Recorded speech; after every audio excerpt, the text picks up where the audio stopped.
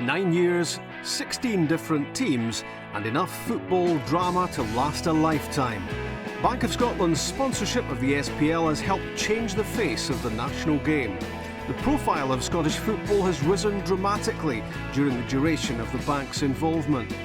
There have been magic moments like those nail-biting final day title deciders, the pursuit of prestigious European places, and the inevitable fights against relegation.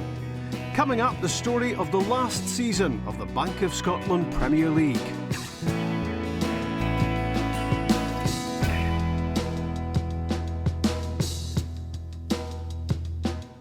These were the 12 teams who embarked on season 2006-2007 in the Bank of Scotland Premier League.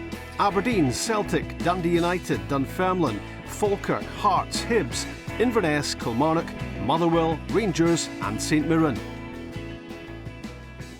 Paul Le Guen arrived at Ibrox with a big reputation as a title winner in France with Lyon. And after a year out of the game, big things were expected from the new Rangers manager. We didn't know it then, but the French Revolution was to be short-lived.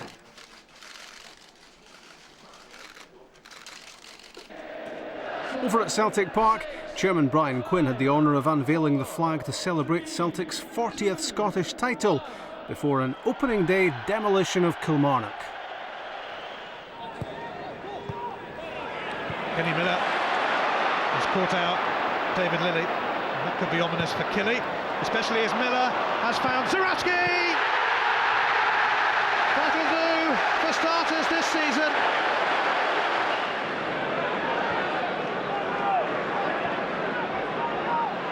Wilson, Miller sets it up nicely for Zaraski. Yarashik! Welcome to Celtic. Yuri Yarashik makes his mark. It's 2-0 to the champions.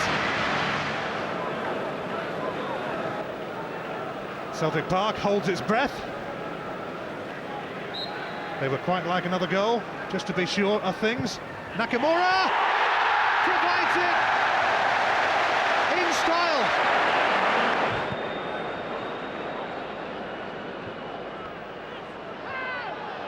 Stephen Naismith could get to that and does. Clinical volley from Naismith. McGeady. You get the feeling Suddick might yet score a fourth. Riordan. McGeady missed his kick, but it's been put in anyway by Zaraski. Paul Le Guen's SPL story began a day later at Motherwell. It was a winning beginning.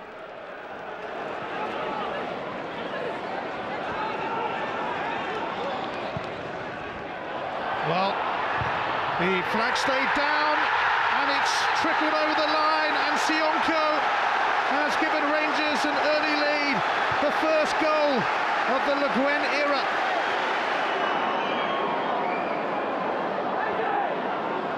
It's McCormack. Oh, it's right in there. Letizi saves, but Phil O'Donnell scores at the second attempt, and Maurice Malpass's Motherwell are level with Rangers. Oh, and Dado Pusso has met that emphatically, and he restores Rangers' lead in Paul Le Guen's first SPL match. A successful start then for Le Guen, but Rangers' glaring defensive deficiencies were brutally exposed by Dundee United. Robson. And with a great shot, oh what a goal! Absolutely superb.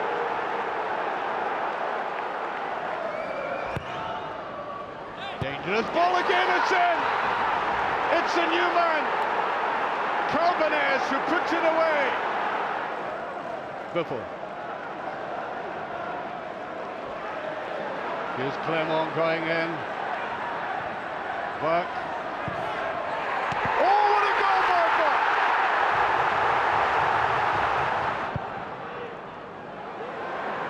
Grand ball there, and that looks like an own goal! Stephen Robb, who's just on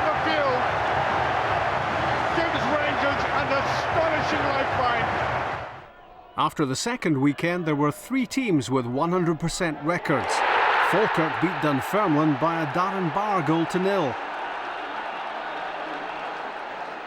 St Mirren were enjoying a stunning start on their return to the top flight.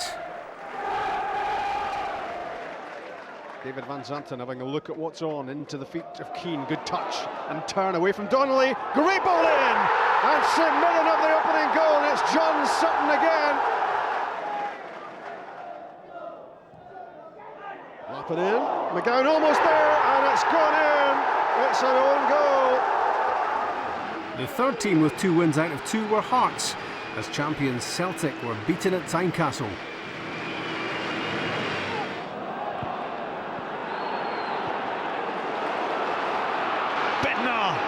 Bearing down on goal, the angle's acute, but he scores anyway. Roman Bednar, and Hearts are ahead in this early season showdown at Tynecastle. No mistake.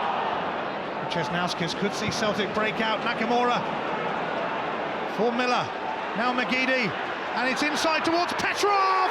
What a finish!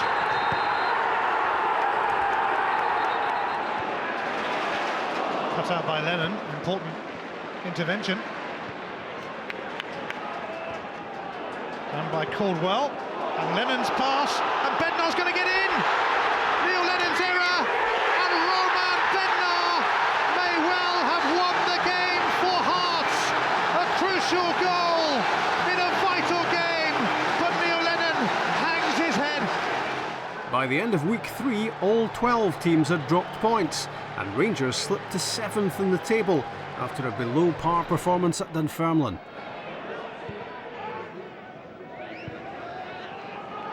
Clement in towards Buffel. A goal at last for Thomas Buffel. Ross hitting straight at McCunney. Smith and McCunney on a collision course. Natizzi has dropped it, and Owen Morrison has scored it, and Dunfermline have an equaliser. Going into September, the table had a more familiar look, with Celtic at the top, a position they consolidated at Pittodrie thanks to one of Gordon Strachan's big-name signings.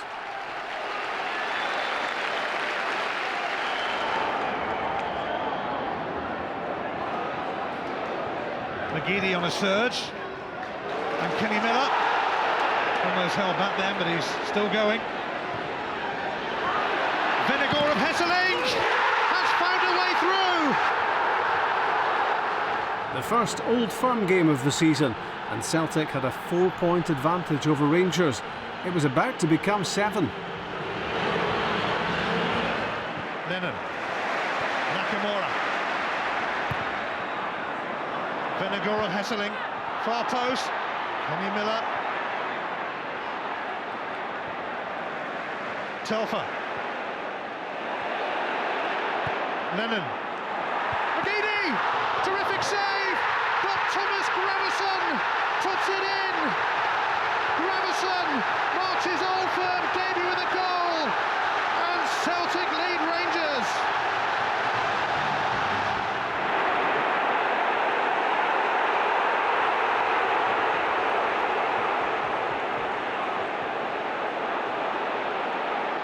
Aiden McGeady now going on the prowl, and he slips it through for Miller. Kenny Miller! At last, a goal for Celtic, and wouldn't you just know it? It comes against his former club. It comes against Rangers. Tannadice was the land of the rising hopes in mid-October when Noel Hunt fired Dundee United in front against Celtic. But the man from the land of the rising sun had other ideas.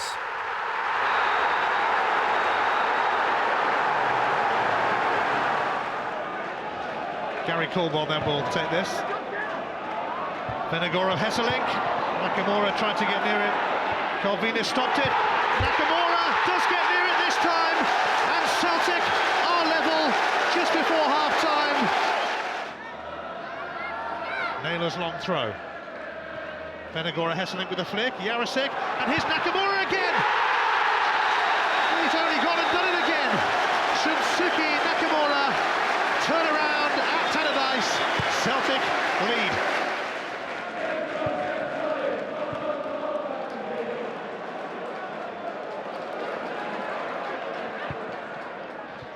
They're hungry for more. Yarosik, Nakamura for a hat-trick! Yes!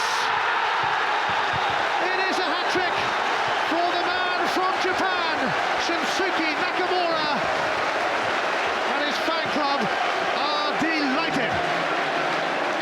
Goalkeeping gaffes have been an unhappy habit for Hibs in the last couple of years, and Zibi Malkowski was the villain of the Edinburgh derby as the home team blew a 2-goal lead.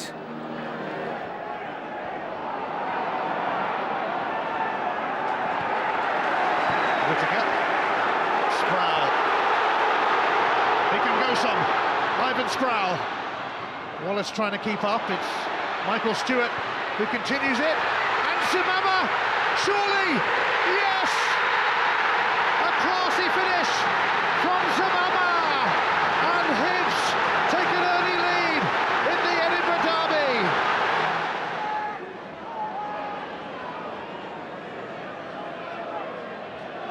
Hibs hungry. Zamama, Killen! He scored! Chris Killen! This is beyond their wildest dreams. This is Hibs 2, Hearts 0 already. Wallace. Malkowski came a long way and didn't get to it. And Hearts have got one back. Just the response they needed. One more here for Velička. Oh, and it's gone under Malkowski, and Velička gets his second of the game. Lone signing of the season had to be Falkirk's acquisition of Arsenal teenager Anthony Stokes. This was his hat-trick in a 5-1 win against Dundee United, and by the time he left in January to sign for Sunderland and boost their English Championship winning campaign, he'd scored 16 goals for Yogi's Bairns. Falkirk were steering clear of any relegation worries, helped by another Stokes hat-trick the following week at Dunfermline.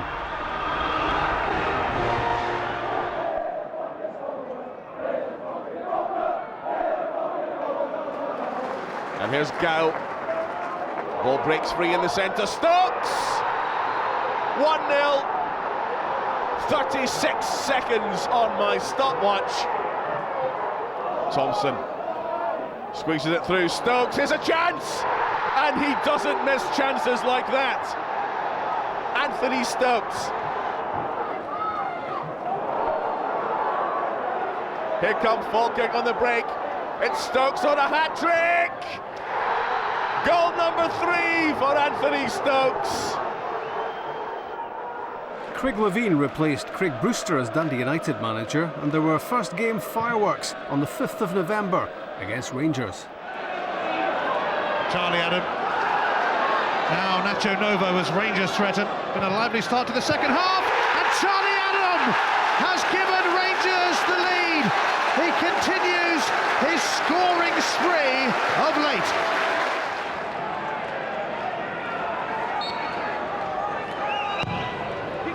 Robson, Kenneth, it's in!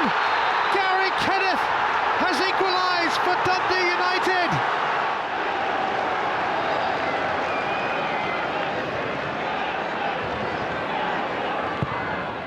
Conway's free kick, and Lee Mayer has scored! Dundee United are in front against Rangers. Tangerine dreams come true. A bemused-looking Edward Malofiev was the latest in a long line of Hearts head coaches, and the lack of continuity was showing. Grelier and Ferguson on a collision course. Nacho Novo takes over. Novo has scored for Rangers.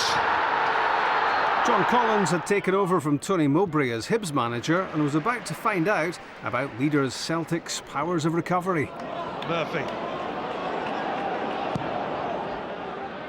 In towards Benjaloun, who could still be with the shout here.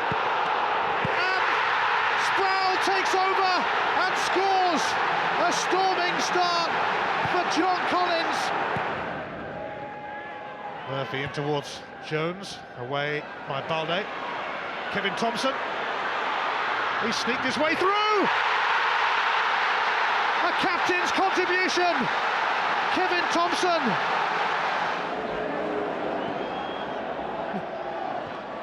Yarosik now for Miller. And Miller skips away from Whittaker. Martis dived in, and Evander Snow has got one back for Celtic. Naylor towards McGeady. McGeady has slipped from Whittaker.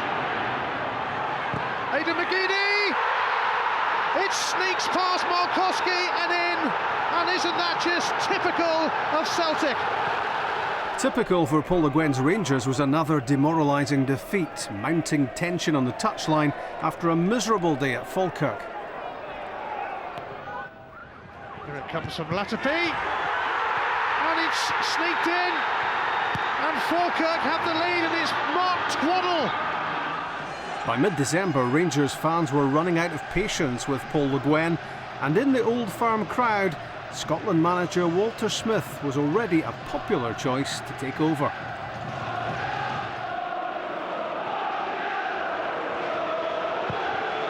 Naylor, that's good. Taraski missed it, and Gravison has fired Celtic in front. Ferguson floating that one in. Gravison got a little touch. Hemdani deflected. It's in. Raheem Hemdani scores his first goal for Rangers. 4 goals in the first Edinburgh derby, 5 on Boxing Day. Paul Hartley opened the scoring for Hearts, but Dean Shields of Hibs was to grab the headlines for all the wrong reasons. It is Hartley, and Malkowski's lost it, and Hearts go 2 up. Jankauskas. This is Hibs' first corner, remarkably. They need one back. Shields takes it, and Killen has got one back. Chris Killen claiming it, and John Collins' side have scored in a cracking Edinburgh derby. It's Dean Shields, it's in, it's incredible. Oh, and there's afters as Shields goes in on Craig Gordon, and it's all kicking off now. Oh, it's a red card, yes. And Dean Shields, having just equalised on the penalty spot, and he wants to have a go at Craig Gordon here now. They've got to get him off. He's just made it 2-2 and then was sent off for barging into Gordon. On by Bednar. And Mikalunas! Saulius Mikalunas makes his mark. Hearts 3, Hibs 2 in an epic Edinburgh derby. There was a Boxing Day belter at Celtic Park as well, which proved that Dundee United were being transformed by Craig Levein. Celtic were kings of the comeback, and Shunsuke Nakamura was a football magician, all after David Robertson's opening goal. And Robson, normally very good at these free kicks, judges them well. That's the far post. Back across it goes, and it's in. Colin Samuel. Waited out far post, it must be, yes!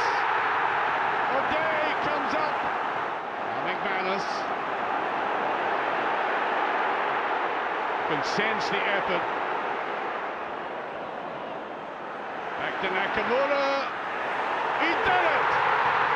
Another touch of magic. 2 days after Christmas in Inverness, and there was little festive cheer for Rangers, even after a promising start. And Rangers have the chance to go ahead.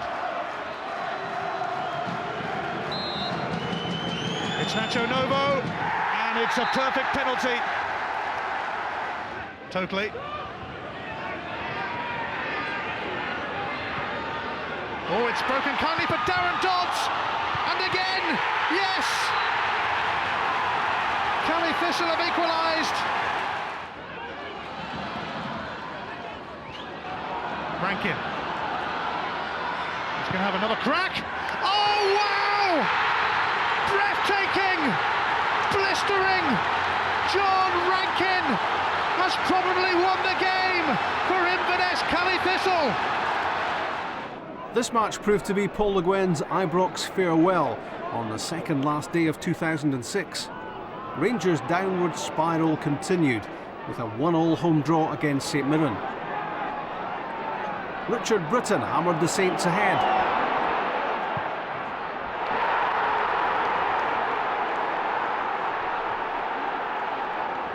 Kris Boyd headed in the equaliser, but Rangers were 17 points adrift of leaders Celtic.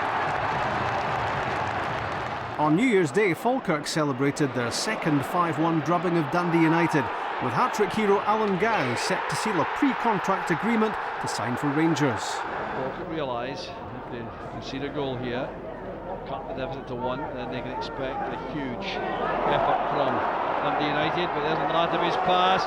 Gow is onside. This could settle it for Falkirk. Oh, that's brilliant play by Alan Gow. It's good play by Thompson. There's no offside here. It's John Stewart. Gow waits in the middle with Craig. Craig's the target. Here's a chance for number 5. There's Gow. A hat-trick for Alan Gow. Walter Smith was back for his second spell as Rangers manager in place of Paul Le Guen. The Scotland manager took Ali McCoist with him and Celtic reserve team manager Kenny McDowell.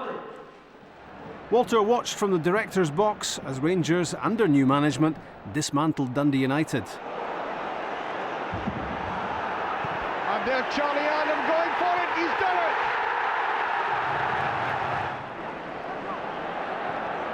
Charlie Adam. Decent one in and Boyd. How did he miss? There it is. The ball ends up there. Kris Boyd. Picked up well by Ferguson. There's the through ball. Noble is onside, have been caught out again, very flat. Then it goes towards Boyd. Goal! Yes! Beautifully taken by Boyd. There's a run by Murray. Driven in well, that must be, yes! Boyd again. With Boyd on, that beautiful play. Barry Ferguson going in. And he's got to score, beautiful goal. Celtic's 5-1 thumping of St Mirren in January included a first hat-trick for the club from Jan Vennegoor of Hesselink. Can Jan Vennegoor of Hesselink get his second goal? Certainly can. 2-1 for Celtic. Nakamura finding some room, finding the reverse pass as well for Craig Beattie. Back in for Jan Vennegoor of Hesselink. There's the hat-trick. Walter Smith's Old Firm record is mighty impressive, and he kept it up on his Rangers' return to Celtic Park, their first win in the East End of Glasgow for 5 years. Philip Shebo, David Weir. Was that a shove by Ekiog? McManus left on the ground, and Hugo Ekiog has turned it in. That is so against the run of play today. Well, that's football. It's Celtic 0, Rangers 1. It's unlikely. It's incredible. And the champions in waiting suffered back-to-back SPL defeats. Celtic were now stuttering towards the finishing line, and Falkirk prolonged their agony. Stephen Thompson scored the only goal of the game. Having switched off, Celtic were struggling to switch back on and dropped another couple of points against Dundee United at Tannadice. Nakamura!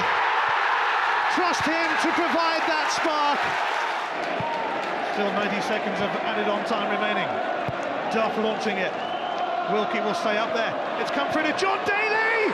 Yes! John Daly scores his first goal for Dundee United. And it's a deserved stoppage time equaliser for Craig Levein. Charlie Adams' free kicks were a feature of the season, but this one wasn't enough to beat Cally Thistle, and even SPL's second spot wasn't yet secure for Rangers.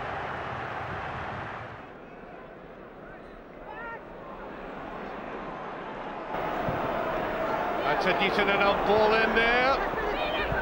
Played out, and it's a great in. Inverness have equalised, would you believe? Hibs were League Cup winners, hearts were in disarray as the Edinburgh Derby came around, but Andy McNeil was the latest Hibs keeper in crisis, and Marius Zaliukas applied the Hearts sucker punch. The Jambos had successfully spoiled the party. Celtic were still struggling badly to find top gear, but they managed to grind out a home win against Motherwell, with Derek Riordan scoring the only goal. It was a win that left them one more victory away from the Championship. When Hibs went to East End Park, Dunfermline were 7 points adrift at the bottom of the SPL, but Stephen Kenny's team were far from throwing in the towel.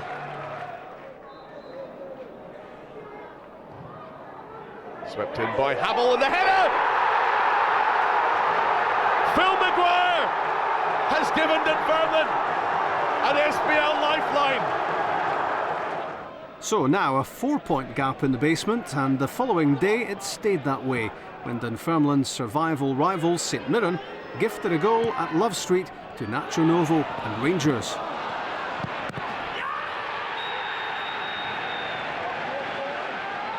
Rangers didn't want to hand Celtic the title, so they had to beat Hearts at Ibrox to further delay the inevitable.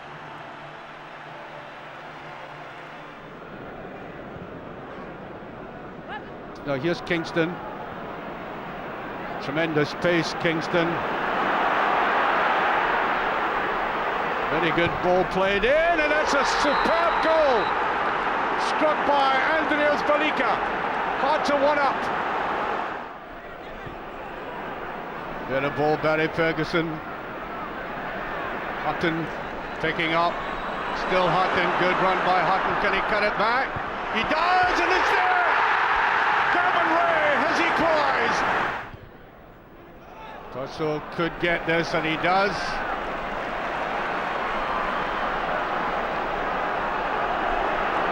I think he was being fouled there, but the play goes on. Barry Ferguson! Oh, it's a great goal by Ferguson! Celtic then had to win at Kilmarnock to clinch the title, the third time they'd gone to Rugby Park in the last 5 years, looking to wrap up a championship.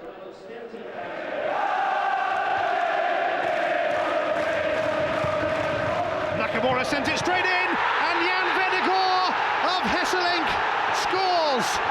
This could be the day. This could be the day for Celtic.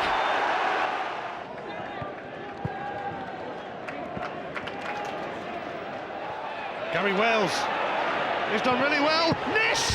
Equaliser for Colin Nish. Celtic fans inside Rugby Park, watching at home, watching in pubs and clubs, watching around the world, holding their breath. If anyone can do it, he can. Nakamura, he has done it! Isn't that just typical? What a way to win the title, and how fitting that the goal should be scored so late and should be scored by Shinsuke Nakamura.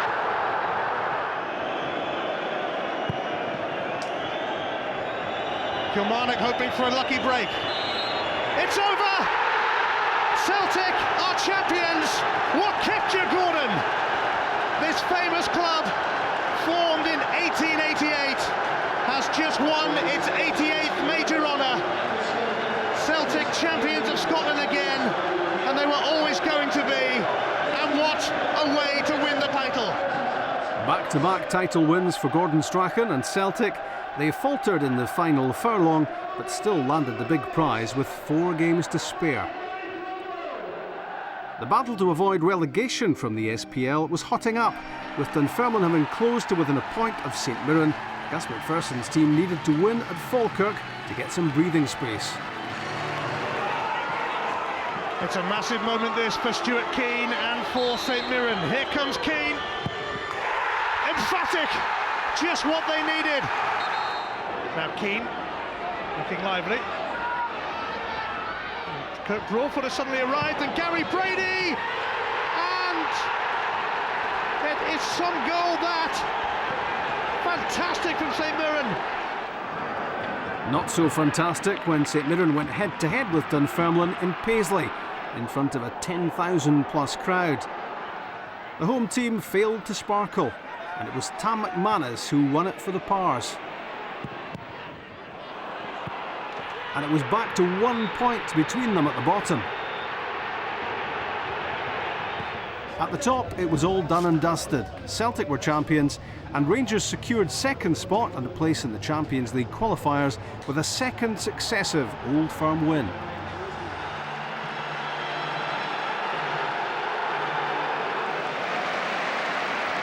Hutton.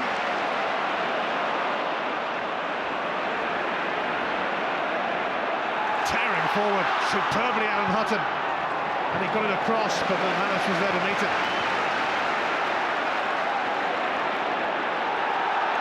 Nacho Novo.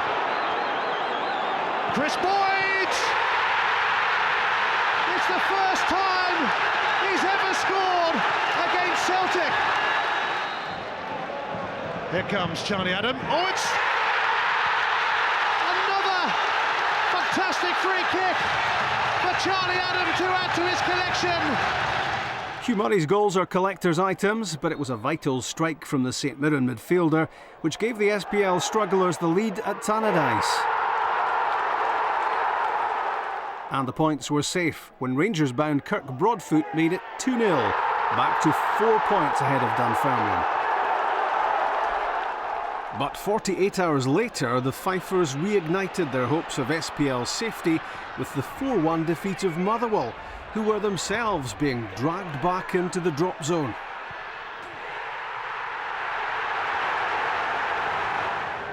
Stephen Glass with the free kick. And he's 2-0! Scott Wilson doubles Dunfermline's advantage. And they're off to a flyer. Stephen Glass with a chance to surely make the game safe. And with a kind little kiss off the inside of the post, Dunfermline lead by 3-0. Birchall. Now Stephen Glass. Birchall makes his way forward, hoping for his first goal for over a year. Far post header, back across the face of goal and in from Jim Hamilton.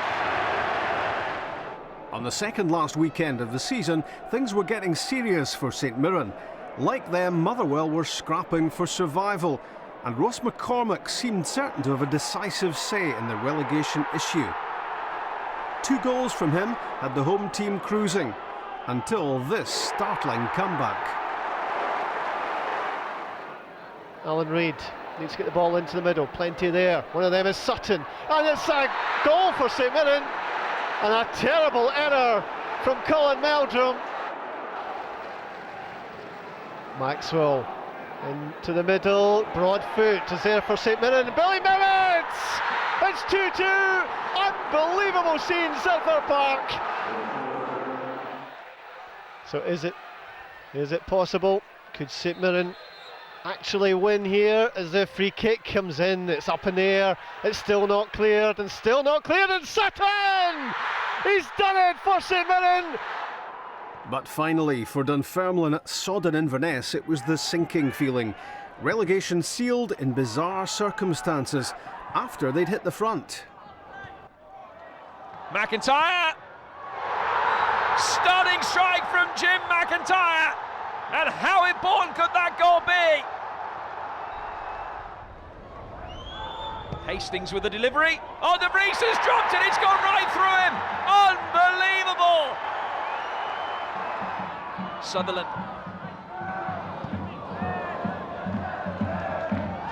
Wilson was going to push on Morrison, referee says no. McAllister's deflected, it's in! Unbelievable! It could be the goal that relegates Dunfermline. It was the result that ended Dunfermline's courageous escape bid, down after 8 straight seasons in the SPL. The last Edinburgh derby of the season saw Hearts keep their European qualification hopes alive with a 2-0 defeat of hapless Hibs at Tynecastle, helped by another goalie gaff to add to Hibs' collection. Oh, McNeil, it's another error, and Andrew Driver makes it 2-0. Hearts are loving it, but it's another Edinburgh derby clanger from a Hibs just keeps on happening. Aberdeen's defeat at Celtic Park meant the battle for third place in the SPL would go right down to the wire. Jan Vennegoor of Hesselink scored both goals for the champions.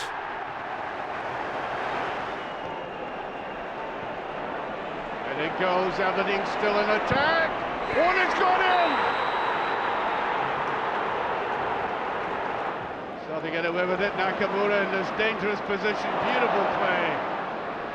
Foster goes with them. Runs round the side to Hartley. Jan Vennegoor of Hesselink with a delightful goal! But it was still in Aberdeen's own hands to reach the UEFA Cup qualifiers. On the final day of the league season, they had to beat Rangers at Pittodrie. Anderson did get there. David Weir. Must be a shot by Severin. Oh, what a magnificent goal!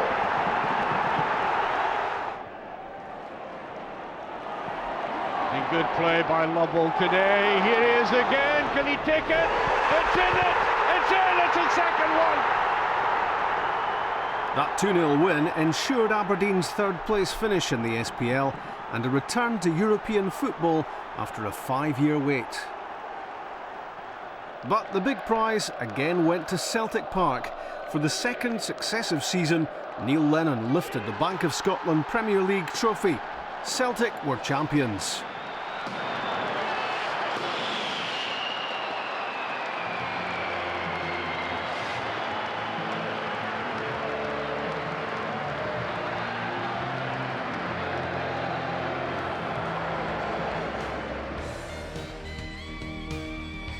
Here's how the top 12 finished then. Celtic champions on 84 points. Rangers runners-up on 72. Aberdeen beat Hearts to the UEFA Cup. Kilmarnock in the top 6 for the 4th season out of the last 5. Motherwell and St Mirren survived. Dunfermline were relegated. Some top talent has emerged during the 9 years of the Bank of Scotland Premier League. You'll hear from 5 rising stars about the stories of their success, starting with Hearts and Scotland goalkeeper Craig Gordon. Craig, have you always wanted to be a goalkeeper? Have you always thought you were going to be a goalkeeper? Yeah, probably. I think it was at primary 5 when I played my first game in goals, and from that moment on I was hooked. It was much easier than running up and down the park getting tired all day long, so it was quite nice to sit back there and let the ball come to you. Was it always going to be Hearts? Yes, the club I supported as a boy. It's who I wanted to play for.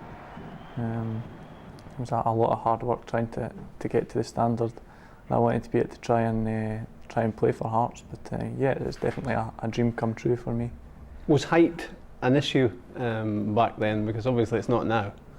Yeah, it was. I was about 5'9" at 16, and that was the time they were looking to add to their ground staff squad at Hearts here, and we were thinking that I possibly wouldn't be big enough to be a goalkeeper, but thankfully I took a bit of a late growth spurt, and I managed to get to 6'4", so it's not too much of a problem these days. So were you worried at that stage that it might not happen for you for those reasons? Yeah, definitely. I was fairly confident in my abilities, and it was just the fact that they thought I wasn't going to be big enough for a goalkeeper, and I was always fairly confident in what I believed in, and knew that I would be able to get to the top, and that determination kind of came through in the end and managed to help me get to where I am just now. That's presumably a message to other youngsters coming through, trying to do what you've done, is that even if the physical characteristics aren't there as a youngster, that can come. Yeah, exactly. It's not everybody's finished growing at 16, 17. I think I was still growing at 19, 20. So I mean, that's something that can come later on. If you've got the attributes, then that's the main thing, and you can work on the rest. And that's pretty much what I did. I had a natural ability to be a goalkeeper, and I think that's 90% of what goalkeepers are. It's natural hand-eye coordination and ability to do the job, and the rest you can train for. It's the mental side that you have to have within yourself that's going to push you on to do well. And were you always firmly focused on getting to the first team once you'd got yourself on the ground staff? Yeah, definitely. You know, you have these ambitions as a kid. You want to play for the team you support. You want to play for your country, and I've been very lucky that I've managed to do both of those things so far. When did you start seriously thinking that you were going to break through to the first team? Probably the start of the season that I did eventually come into the team. I think it was about 10 games gone when I got in. I'd been playing some of the big friendlies. I played against Sunderland at Tynecastle and had a good game and thought I had a chance of maybe starting that season. It didn't happen. Craig Levine went back to the more experienced goalkeeper, and thankfully I got my chance after 10 games that the team hadn't been doing well, and they decided just to shake things up a bit and managed to get my chance and take it. You've missed very little football, haven't you, since your breakthrough to the top team? Yeah, I have. You know, touch wood, I haven't really had an injury so far that's kept me out for any length of time. Missed a couple of games this season, which was a wee bit disappointing. But you know, on the whole, I've managed to stay fairly fit and stay in the team, which has been good. Has your belief grown as you've played more and more for Hearts and for Scotland as well, or did you always have that built-in belief? No, I think that probably going back to when I went out on loan to Cowdenbeath when I was 18, that helped me a lot. That was the first time I'd ever really played against men. It had always been underage group football, and to be able to go out and test yourself against the second division and realise that you can cope with that, and that was probably the first realisation that I knew that I could do the job. And coming back to Hearts, I knew that I could fight for the #1 position here, and as you play more games, the belief that you can do the job becomes more and more, and that's where the confidence and the experience comes from, and that helps you to do your job, and that makes it easier. How does it feel to be Scotland's #1? Yeah, it's good. It's an honour to play for your country. I want to do it a lot more and want to get as many caps as I possibly can. It's the best type of football. I really enjoy it, and it's a different test. It's totally different from what you get in the SPL, and it's even different to what you do in European football.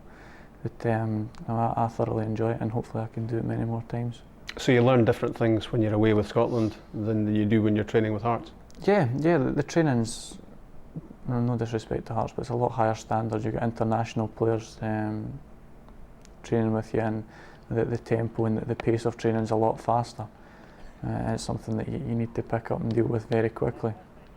Young players coming into the squad, I'll notice that every time they come, that it's probably the highest standard that they've trained at, and that's something that you have to get used to. But it's something that I enjoy, and something that definitely helps all players progress.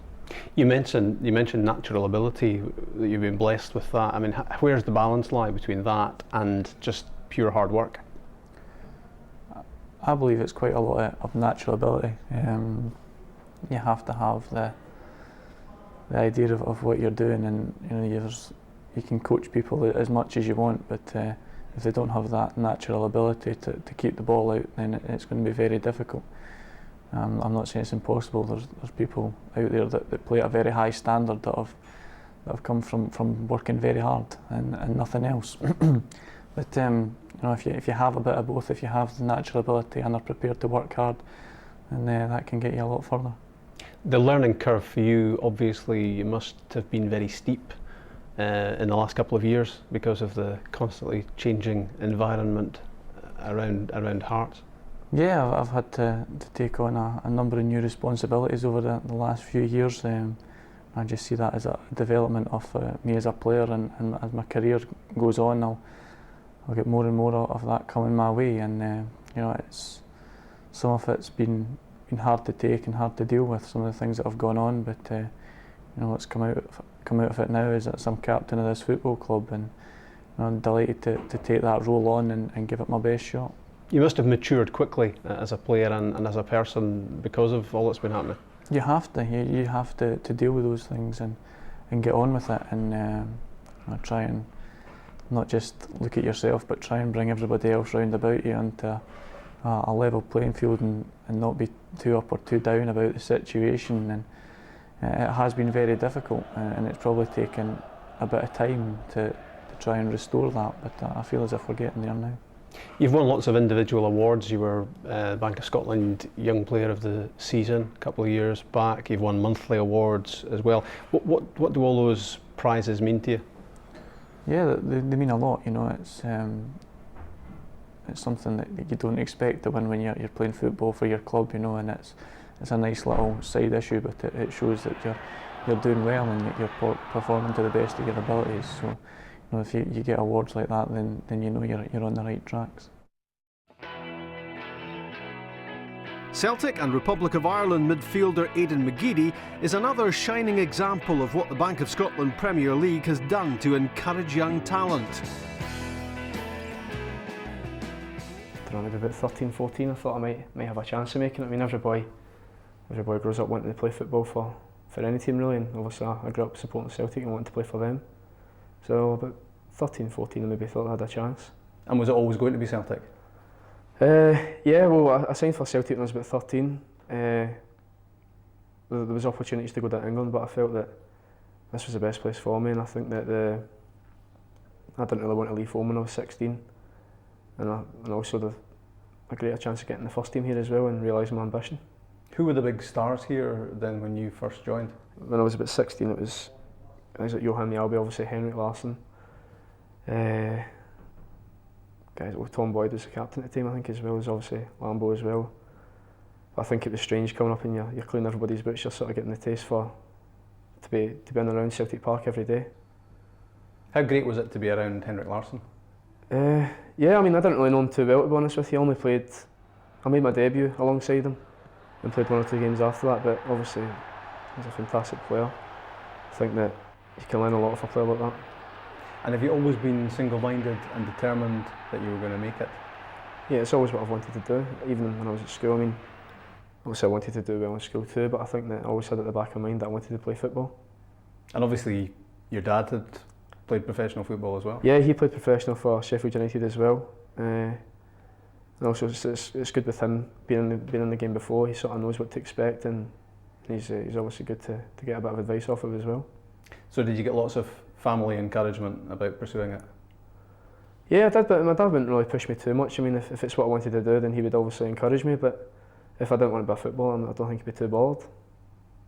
At what point did you think I'm homing in on the first team here and getting a game for the top team? I think it was about 16, 17. I was playing the youth team and I was doing well. I was playing and scoring every week near enough, and I made the step up to reserves and I carried on the same way, and I thought I might have a chance, and then I get pulled in with the first team training and also get pulled into a few squads but never made the bench, and I thought I'm obviously making a nose to the team here.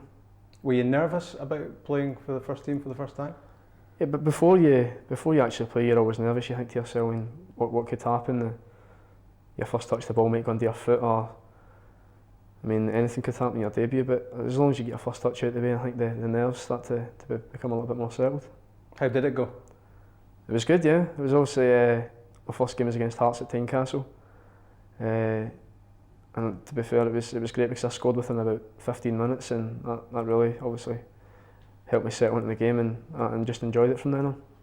So basically you wanted more of the same once you'd sampled that? Yeah, it's obviously a fantastic debut I had.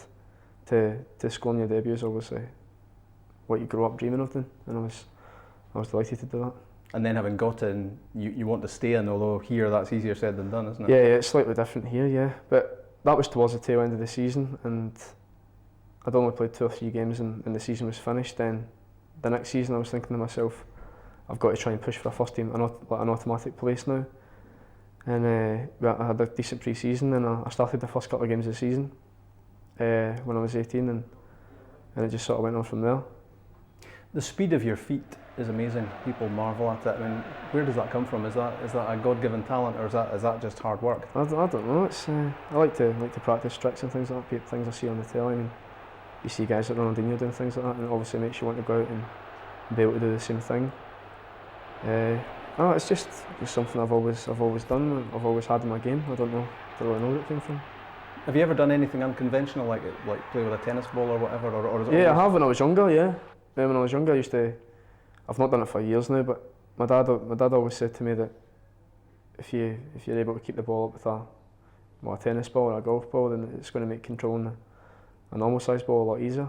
And I was able to keep the ball up with a tennis ball and also do it with a golf ball as well at one point. But I've let it slip now, to be honest with you, because I've not done it for ages, so I don't know how good I'd be at it now. But do you continue working a lot with the real ball at training? Yeah, on shimmies and just speed of touch with your feet? Yeah. I mean, I always like to stay behind and practice things like that. It's good to have in your game. I think that if you practice it so much, it becomes natural and just instinctive. In many ways, are you working harder now, having got into the first team plans here, than you did to get there? Yeah, I think so. I think that you always know that you're in the first team, and there's always a lot of good players ready to step in and take your place. And I think that when you're in the team, you just need to work doubly hard, I think, to maintain the standard to keep you in the team. Is it difficult to keep your feet in the ground when you get obviously a lot of people slapping you on the back and telling you how great you are? No, it's not difficult. No, not really. I think that if you got too big-headed, I mean, there's a lot of characters in the dressing room there would shoot you down to size, I think. And it's also the same at home. I mean, I think that with my friends and things like that, and my family would also have something to say about it too if I was a bit big-headed. So I mean, it's not difficult, to be honest, you know. I think we saw you this season having a little verbal blast on the pitch with Neil Lennon, so he's probably the type who would quickly slap you down. Yeah, not the first time either, right enough, but yeah, he's obviously the captain, he's the type of character to do that. How well have things gone for you both individually and in the team? Yeah, things have gone well. I think obviously from the team's point of view, we've made it to the last 16 in Champions League, something we've never done before. Also, I think that we're on one course to win our second consecutive title, so it's looking good from that point of view. And individually, I think that as a player, I've become more of a team player, and also my game has improved all round. To be honest with you, more areas of my game that I'm a lot stronger in, I think. Do you feel as if you've done a lot by the age of 20? Or do you feel I feel as if I always want to do more, but when I look at it, I mean, I've played nearly 100 games now, so it's just good from looking at it from that point of view, but also you want to do more and keep improving and keep progressing, I think. Are you hard on yourself when things don't go to plan? Yeah, I am, yeah. I think that if I've had a bad game, I think myself, it's the same with any player, I think, but I go over it in my head the next few days, and sometimes I don't even want to leave the house. I just think to myself that there's a chance gone that somebody could step into my place and play next week, and then you think to yourself, what if they do well, then that's them in the team, that's you out again. It's just, yeah, I'm quite hard on myself, especially at training as well. Too hard on yourself? Sometimes, yeah, but I think that's good. It's good too, because it makes you want to strive to become better. Has Gordon Strachan been good for you? Yeah, he has been good for me, yeah. Also, I think that he's certainly become a better player, not just him, obviously the other coaches as well, who I've played under. Also, William McStay and Ken McDowell is at Rangers now. I think that there's a lot of people to be thanked. Gordon Strachan, maybe like yourself, sets really high standards, doesn't he? Yeah, he does, yeah. I think he does. Obviously, he's going to be coming in his first season that he won the league and the cup, and I think that he's obviously wanting to do the same this season. What does winning things mean to you? Not just Celtic as a team, but you've picked up quite a few Bank of Scotland awards in your time. Does an individual prize mean a lot to you? Yeah, it does. It means a lot. Yeah, obviously you're getting recognised for your performances on the pitch. It's good to get noticed, I think, and obviously get praise from when you know you're playing well. Are you getting more used to doing interviews when you do pick up Man of the Match awards and Player of the Month awards? Yeah, is that a difficult side of things? It is, yeah. It's something I don't like doing, to be honest with you. I think that you need to get used to it. I mean, when I got in the first team, it's when you're told you're doing the press, you're in front of the cameras and things like that, and you just sort of panic a little bit. But I mean, you get used to it, and it sort of becomes more natural the more you do it. How difficult or easy a decision was extending your contract with Celtic? I mean, I think you're now contracted till 2011. Yeah, no, it was an easy decision. I think that there was a few meetings and everything went well, and I decided this is the best place for me to be just now, to progress as a player and also win medals, I think. How old will you be when you're out of contract on this contract with Celtic? 24, I think. So you've got plenty of time to do other things if that be your ambition. Yeah, I'm not looking from that point of view, but I think that by the age of 24, hopefully I'm on my way to becoming the player that I can be. Does English Premiership interest you further down the line? Yeah, I would be lying if I said it didn't, to be honest with you, yeah. Every player's got to have ambitions and to play in the best leagues, play against the best players, and I think that so Celtic's got that here with being the Champions League, but also there's leagues around the world that you'd like to test yourself in. Maybe when I'm older I'd like to do that. Kilmarnock's Stephen Naismith has stashed away enough Bank of Scotland individual awards to prove he's going places. Stephen, when did you first think that you might have a future in professional football, that might be your career? Well, when I was a young boy, I was obviously just playing boys club football and as a hobby. But maybe when you get to the 15, 16 age, you start maybe thinking you've got a chance of seeing it as a job. And lucky for me, it turned in that way, and it turned out to be a good job for me. Because you were at Rangers initially, weren't you? Yeah, as a 10-year-old, I think there wasn't like the pro youth leagues and stuff like that. And at the days, it was just training and arranging friendlies. But from there, I went to Kilmarnock, and as a local boy to Kilmarnock, it was happily done for me, and I've just went from strength to strength. Who were the big name players at Kilmarnock at that time that you would be looking up to? Well, when I was there was obviously Ali McCoy, Ian Durrant. They were kind of big names. Head of cabaret. That was it. But apart from that, you had like Cocard, Jerome Varai was at his club, and Gary Holt. These were the kind of players. And then it was maybe, as I went in full time, your full time players were more Alan Mahood, Gary Hay. So it was the next kind of era up again. But I've seen quite a lot of players come and go in my time. And were they good to you? Were the players good to you with tips and advice and that sort of stuff? Ever since I've went in full time, I can't say I've met a bad player that's told me wrong things or not wanted me to do well. Every day since I've been at Kilmarnock. My first year, maybe Alan Mahood, he was a midfielder and I was a striker at the time, but he was the one that kind of took me under his wing, so to say. And after, as I grew older, a bit older, and started travelling with some of the boys like Gary Hay, Kris Boyd, that obviously they had a big influence in my later stages. And were your family right behind you in terms of football being a job? Definitely, I think there was no question when the chance came up.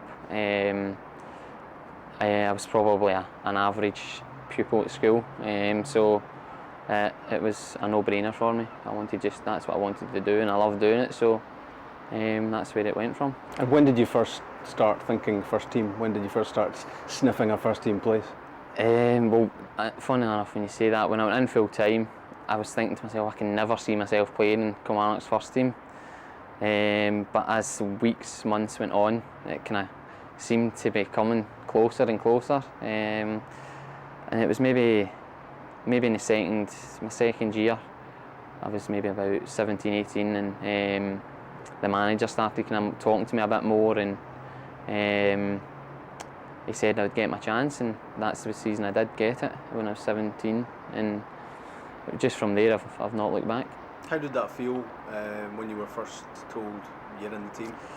Oh, very nervous, very nervous. I think I got told the day before, when my first start I was going to be playing, and obviously that night wasn't the best night's sleep, worrying or thinking about things, and when the whistle went, it was you never thought about it. It was just your natural instinct that took over. And it sounds like from an early stage where you maybe lacked self-belief, lacked self-confidence, didn't really think this was going to be a career for you. You developed big time at that stage. That's probably when I first got in the first team. That's when it has obviously developed on and on. I've never thought about it. Now I'm kind of thinking, trying to make a full career out of it, and that's probably where I need to look at it, and try and improve in the things I'm not good at, and hopefully go as far as I can. I think you've got about a goal every 3 games on average with Kilmarnock since you went into the first team, which for a guy who's not really an out-and-out striker is a pretty decent rate. Well, to be honest, when I'm playing, that's all I'll think about doing, scoring goals and winning. That is, no matter where I'm playing, whether it's in midfield or up front, I like to just, the quicker you get up nearer their goal, the quicker you score goals, is the way I see it, and that's probably helped me in a way. But it's the best thing in the game to do, score goals. So you would prefer to be playing up front all the time, because I mean, Jim Jeffries tends to play you sometimes off the front, sometimes wide midfield. Definitely, I came through the youths as a striker, and it wasn't until I think the manager, there was a few injuries, and he was kind of maybe forced to play me out left midfield, and again I started doing well, and I kind of made that position mine for a while, and then I think it was injuries again that pushed me back up front, and then I've started scoring again, so the manager's happy with me up front. Do you ever have to batter on his door and tell him what your favourite position is? I've not got the bottle to do that, so I haven't. But I'm just glad to be playing, and during every weekend, as long as I'm in the team, I'm happy. I'm not going to sit and throw a sulk if I'm playing left mid instead of up front, or vice versa. So scoring goals is what it's all about, really, for you? That's it. That's the name of the game. I would like to think that it's the most entertaining. Well, it is the most entertaining, the goals you see. So I would like to be a part of that. And do you feel yourself growing in belief all the time? Every game that goes past and you're doing well, it's a bit more confidence you've got, and you've just got to take it every week. Obviously, you've got you lose a bit of confidence with maybe a few bad performances, but on the whole, my confidence has grown every year. It must be nice to get a slap on the back. You've been Bank of Scotland Young Player of the Month a couple of times. Player of the Month, you were Bank of Scotland Player of last season. That must be great for self-esteem as well. Well, that's it. That's the kind of rewards you get in the end of the year and the end of the months. But I need to say that most of my teammates, it's obviously a team game, so I maybe get the awards, but the teammates take a lot of credit for it, as well as maybe some good goals or some good work I've done. So, but that's what every player's wanting, a bit of recognition, and that's one of the ways it can come in. Not many guys at the age of 19, I think you were at the time, get the chance to go down and train with Arsenal. How was that? It was unbelievable. I still probably can't put what I went through down there into words. It was just phenomenal, the amount of, how relaxed it was, and the pitches and everything about it. There was no worries. You just got on with your football and you could enjoy it so much. Did you get close to the big name players down there? There was a lot out in international duty, but there was a few injured, and like Gilberto, Torre, Senderos. There was still quite a few big names there, so I got to meet them, and it was really nice and a great opportunity for me. Did that give you a taste for the big time, even if you didn't have one already? It probably did. The way things are done down there was probably world class, is all you can say. So it did give me a taste of it, and I just need to work hard, and hopefully one day that could be me. Do you have big ambitions, yes? Obviously you've got to. I think you've got to, and I'm no different, so definitely have big ambitions to do well at club level and with the national team. Stephen Fletcher hit the Hibs first team as a 17-year-old, and he's amassed invaluable experience in the Bank of Scotland Premier League. When I first came up to Scotland, playing for the school, I got picked up from Motherwell, and me and some of the other boys that were here we were playing for the district, Hamilton district, and obviously our contracts were up Motherwell, and Hibs picked us up, and from then on we'd come through the ranks for the 13s, 14s, 15s, and then we got offered a pro contract at Hibs. Was it never going to work out for you at Motherwell? Could that have been possible? It could have been, just that when Hibs came up, and obviously I know all the young boys that come through, like Ryan on O'Connor, and when I sat down with my family and that, they obviously said it's a good club to come to because of the youth development and that, and I thought it was the best option for me at that time. So the reputation of the club was really important, in that you knew that top players had been brought up here? Aye, because obviously you seen on the telly with O'Connor and Ryan, they obviously got brung in, and then when I did sign, like Thompson and Brown, they were coming through as well. So obviously it was a good choice for me to come to Hibs at that time. Were those the sort of players, the O'Connors and Riordans, were they in a way role models for you at that time? At that time, obviously we had to come and be ball boys for the first team, and they were playing in the first team at that time when we were young. So it was obviously saying that if we stuck in, we could obviously get that chance as well. And that was like my goal, to get in their position. Were they encouraging to you at that stage, or were they more likely to give you a clip round the ear? Nah, when I first came to the club, like both of them, they knew I played up front, and they were both helpful to me, because when I did go over and train with the first team, both of them, they knew I played up front, and they were both helpful to me, because when I did go over and train with the first team, they like the way you play up front and that. And I used to watch them in training. Like after we finished, the first team were still training, we used to go over and watch them. And the two of them, obviously the finishing they've got is unbelievable, so we used to just sit and watch them all the time. Took it from there. Have you always been a good trainer? Have you always liked it?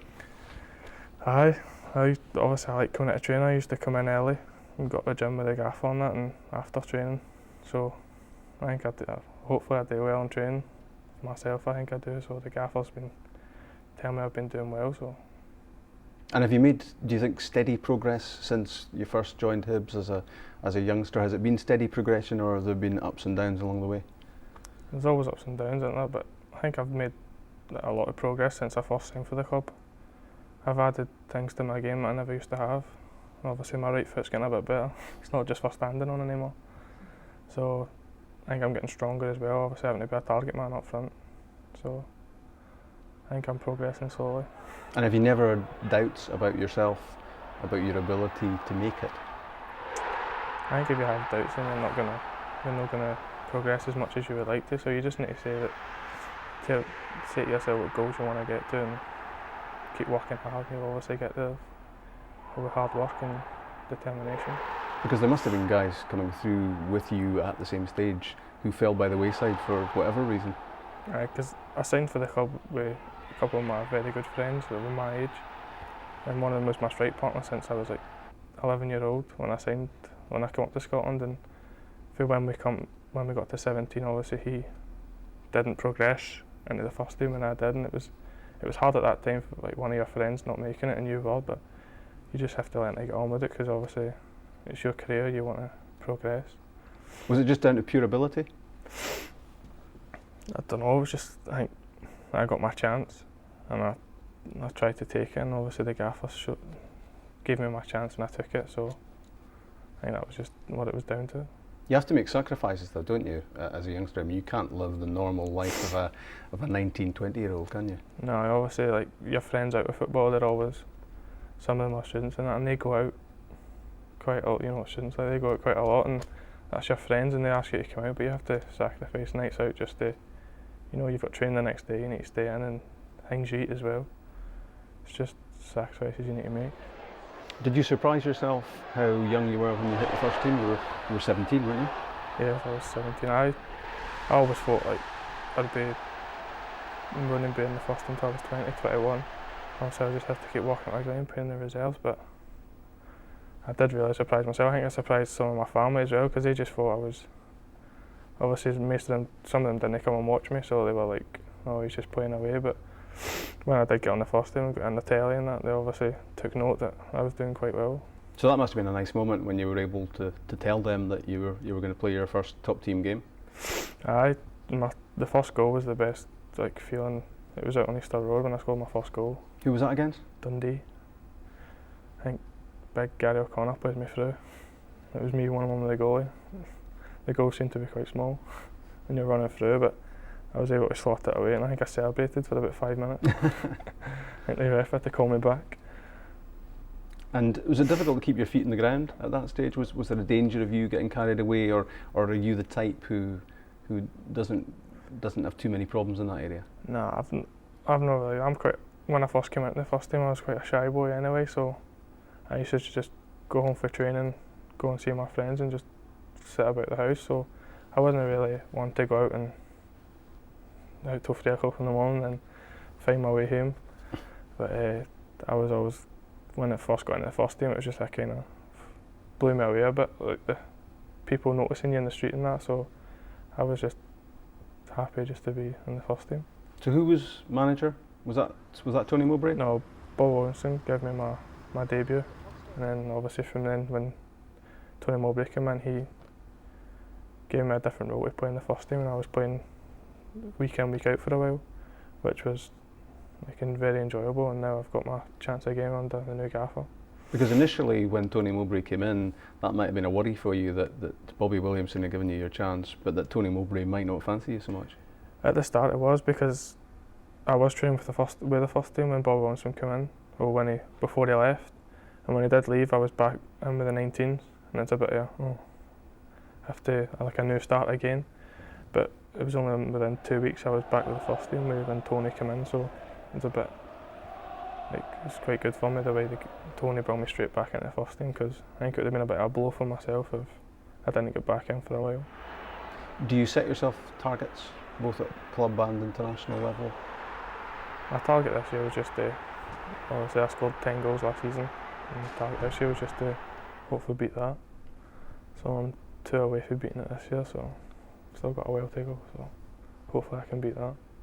How much have you enjoyed playing in the SPL, and maybe thinking back that there was a time when teams were importing a lot of foreigners here? Those days have gone, I think, thankfully to everybody, and it's meant that players like yourself and other teenagers at other clubs have got their chance in the SPL. The youth development in Scotland has got a lot better, because you can see the young players that are coming through, and the SPL's got a lot of young Scottish players in it now, so it's good for all the ones that are coming up as well to see that there's a chance for them if they just keep going, keep playing the way they're playing, then obviously they'll get their chance. You were Bank of Scotland Young Player of the Month in October 2004, at which stage presumably you must have been 17. Yeah, I think I was. That was some achievement. It was a surprise for me, because I was just playing away, only 17. You don't really have any thoughts when you get on the pitch, you just want to try to do your best. And I think I'd scored in 3 of the 4 games that we played in that month, and at the end of the month Tony just came up to me and says, "Oh, well done." And I was like, "What?" And he's like, "You got Young Player of the Month," and it was a very I was shocked at it, because I didn't think anything of it when I was playing away, and it's a good thing to have in your trophy cabinet. Individual awards make a difference, presumably. They just give you that little helping hand. It's a good boost for you, when you get the individual awards, because when you're playing as a team and the whole team gets if you win, then the whole team gets the pat on the back if you win, but when you get the individual things, it's a nice boost for you. Do you like the fact that people, when they talk about Hibs, say that on your day you're the best team to watch in Scotland? It's a nice thing to have, people saying that about you, so we know that if we've all got a mindset and we play football, then we can challenge any team we play, so within reason. So it's good. It's a nice thing for people to say about it. It's a great combination, isn't it, if you can win most of the time and play nice football at the same time? It's nice for the fans to watch if we're playing nice football and winning as well. Obviously we'll pull in more people if we keep a winning streak going, but just need to keep winning. At the tender age of 23, Kris Boyd scored his 100th goal in the Bank of Scotland Premier League and looks likely to further rip up the record books. Kris, at what point did you think that football would be a career for you? When probably Bobby Wilson took my side and says to me that he was going to give me a chance, and I said as long as I kept working hard at the game, I had a chance in it, and then I probably believed in myself then that I was good enough to go and do it, and as I said, it's the rest been history so far. What age were you when you first linked up with Kilmarnock? I just left school when I went in full time, but I made my debut about 18, I think, 17, 18. And as I said, I've been delighted the way it's went so far. And did you always think that you were going to make it? Was there ever any doubt in your mind? You always have that doubt when you see players that you come in with coming and going. But as I said, I was fortunate enough to stay and go and work hard at my game. And as I said, I started at Kilmarnock, and as I said, I've come here. How much of it has been hard work, and how much of it is talent that you were born with and blessed with? Yeah, I mean, I think you need to mix both of them together, and I said I got my chance at Kilmarnock and took it.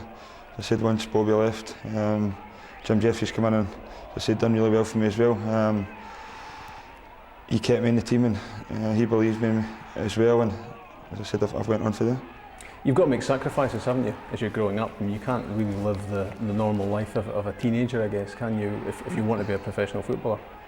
No, I mean, I think obviously you do need to sacrifice things, and as I said, when you want to do something the way that most professional football players do, it's a thing you need to do. But as I said, as long as you work hard and training and that, you'll reap the rewards. Presumably a lot of your pals fell by the wayside along the way, guys who wanted to make it but didn't for whatever reason. Yeah, I mean, I've always had a few close friends who didn't make it, but I mean, I've also had a few who have, and I said the likes of Gary McDonald and that, who came in at the same time as, I mean, he's down at Oldham now, but he came through Kilmarnock, and Paul DeJack and that, they're still there as well. So as I said, it's probably been a credit to what Alan Robertson done at Kilmarnock. How did you feel when you were first told that you were going to be playing in the first team? Was that exciting? You're nervous more than anything, but I said once you get out there, you realise that, as I said, if you weren't good enough, you wouldn't be here. So I said your confidence takes over, and I said you go and do a job. Who were the people in the dressing room who were able to calm you down and help you through that experience? I mean, as I said, I was probably one of the quieter ones at the dressing room at the time, because you had Andy McLaren and that there, and they said you couldn't get a word in. But guys like that always helped you to settle. And I mean, obviously when Jim came in, you know, like Sir Gary Locke and that, who brought in, and people at Alan Mahood, they helped you through the beginning of your career. Did you see much of Ali McCoist, or was he almost out the door by the time you were coming in? No, when I made my debut, the first time I come off the bench for Kilmarnock, I mean, it was Coyce's last day against Celtic. I mean, we managed to beat them 1-0 to qualify for the UEFA Cup, so I said we were delighted that day, and I mean, obviously that settled the nerves. It must have been good to have somebody like that around, somebody of that quality, and Ian Durrant as well. Yeah, I mean, as I said, I've been fortunate enough to be coached with Durrant at Kilmarnock as well, and then obviously since I've came here, he's a great guy, and as I said, he does help settle you, and as I said, probably brings the best out of you in a football park. This may sound a silly question, but how much do you enjoy goal scoring? Is it the best feeling you can have in football? No, I mean, obviously, as I said, it's what I'm there to do, and I think even if you ask Coyce now, he plays in the wee games just now and he still loves it. He still got a buzz to go and do it, and as I said, I'm no different from anybody else. I love putting the ball in the net, and me and long may it continue. Are you someone who's aware of the number of goals you score? I mean, do you look back and do you know how many goals you've scored in a season? No, I mean, as I said, it's probably well documented more than anything else. I mean, it's up to me, as I said, once I get myself on the pitch to go and score the goals, to keep adding to that tally. What was the best time you had at Kilmarnock? What's your favourite game, or? I mean, I think obviously probably the day, as I said, when Coyce finished and I started, and obviously to beat Celtic to qualify for the UEFA Cup, that's always going to be up there. I said it was my first bonus as well, so I mean, that always helped. And what about when the move to Rangers came around? How exciting was that? I mean, once I knew they were in for me, there was only one place I was going, and as I said, I'm delighted to come here. I mean, it's over a year now. I mean, I've settled in. I settled in pretty quickly, and I said I've came on leaps and bounds as a player even since I've came here, and I said hopefully that can continue as well. Were you nervous about that when you came here? Yeah, I mean, obviously you're nervous when you move workplace, but I said I knew a few of the boys anyway, and I said when I came, they made me more than welcome, and probably that was the most easiest bit of it. And you just immediately picked up where you left off at Kilmarnock, didn't you, scoring goals? Yeah, I mean, a lot of it was down to teammates for the amount of chances we were creating, but I said once the confidence starts, when you're scoring goals and that, it's pretty difficult to stop it, because I mean, you'll shoot for anywhere, and I mean, you'll try things that you wouldn't do if you weren't confident, and I think that was probably the biggest thing behind last season. Can anyone prepare you for the scale of Rangers, what it's all about when you come in here? I mean, I think obviously when I supported him as a boy and that, and I knew what it was like to be winning, because even when you went to games and you get beat the odd time, then you were going home disappointed, and you pick up and things like that. And as I said, it was when I came, I knew, you know what I mean, you had to be winning every week, and to be fair, it wasn't the best of starts that we've enjoyed so far, but I mean, hopefully we can turn the corner and go on and become a successful team. Was it important to get goals quickly when you came here? Because sometimes a change of club means maybe a difficult start, but it wasn't too difficult for you. Yeah, I mean, I think it always helps, even with fans, and as I said, it helps you settle in quicker if you can come in, for a striker's point of view, if you can come and score goals, it's a lot easier. But as I said, a lot of that was down to my teammates, the amount of chances they've created. Who in the Rangers first team squad do you look at and think he's a bit special? I think obviously there's a few players in the dressing room who are talented footballers. I mean, they wouldn't be here if they weren't. As I said, I came at Big Dado at first. When you look at him, and as I said, for me to play in the same position as him, to pick things up off of him, and I said he was obviously the first one you set your aim on to look at. But I mean, there's also a few others. Do you feel things are turning around since Walter Smith took charge? Yeah, I mean, I think, as I said, the place is back buzzing, and hopefully that can continue as well. And as I said, it's up to us when we go in the park to pick up the results and bring trophies back here. Do you have big ambitions?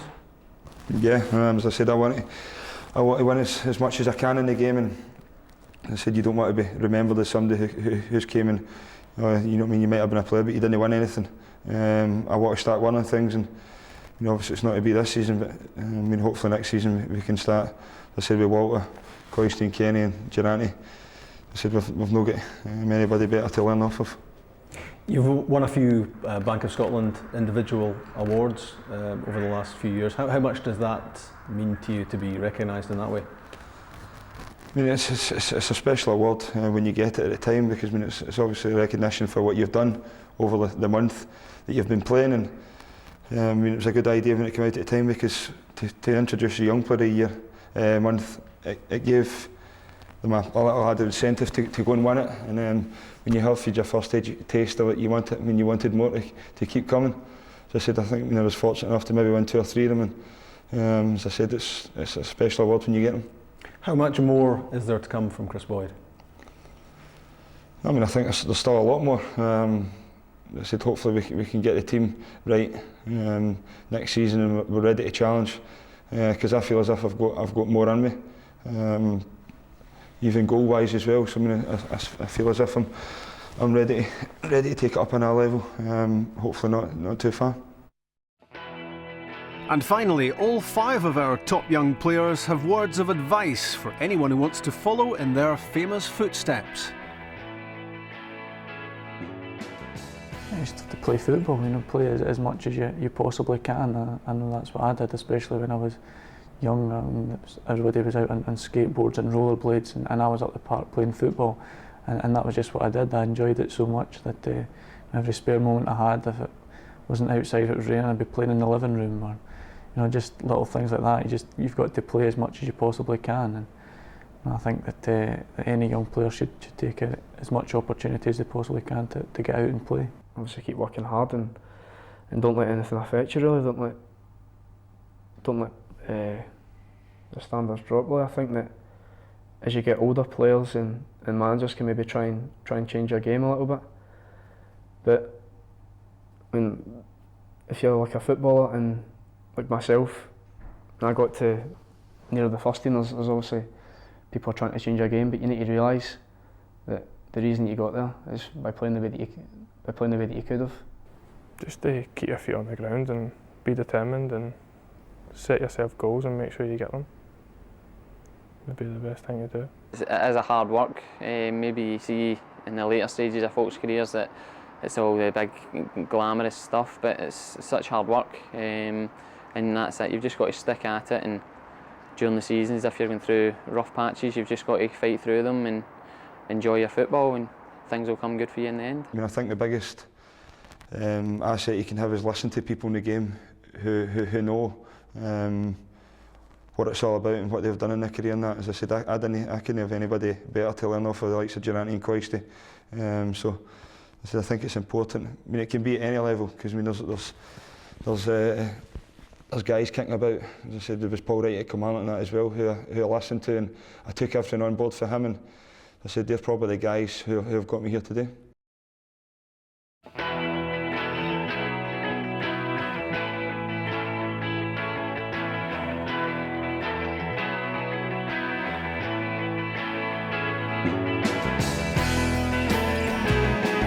So 9 years of the Bank of Scotland Premier League has put those 5 youngsters and many more on the fast track to football stardom. The feel-good factor has been restored. The way the SPL is perceived around the country and around the world has improved dramatically. The shape of our national game has changed forever. There's been unforgettable drama during the course of the Bank of Scotland sponsorship.